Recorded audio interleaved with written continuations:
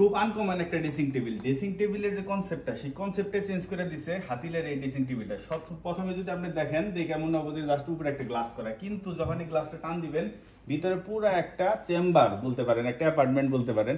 এই জায়গায় এটা হলো পুরো লেডিসদের কনফিগারেশনে তৈরি।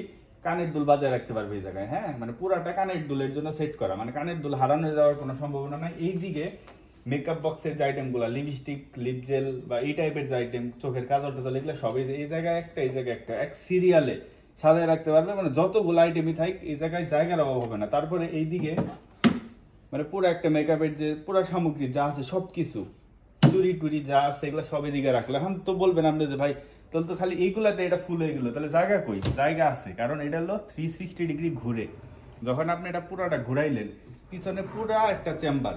এই চেম্বারে আপনি হ্যাঙ্গার বাজাইতে পারবেন, হ্যাঙ্গারে কাপড় ঝুলাতে পারবেন। যদি বলেন যে আমি ভ্যানিটি ব্যাগ কোথায় বাজাবো, ভ্যানিটি ব্যাগ বাজানোর জন্য এইরকম আছে এক্সট্রা, যে জায়গায় আপনি ভ্যানিটি ব্যাগ বাজাতে পারবেন। যদি বলেন জুতা রাখবেন, জুতা রাখতে পারবেন, ব্যাগ রাখতে পারবেন, বা এক্সট্রা আপনি যা কিছু মন চাই রাখতে পারবেন। এটা কিন্তু তালা সিস্টেম আছে, যে লকটা এটা কিন্তু এরকম তালা দিয়ে সিকিউর করে রাখা যাচ্ছে। তার মানে আপনি চাইলে একটু দামি কিছু রাখতে পারেন, জানি কেউ না নিতে পারে। তো এই কনসেপ্টটা কিন্তু আমার খুব ভালো লাগছে। এটার মানে আসলে খুব আনকমন একটা কনসেপ্ট। আর এরকম সব কনসেপ্ট নিয়ে কিন্তু হাতিলের ফুল একটা ভিডিও আমার চ্যানেলে অলরেডি আছে, যারা এখনো দেখেন নাই এটা রিকমেন্ডেশনে ভিডিওটা দেখে আসুন।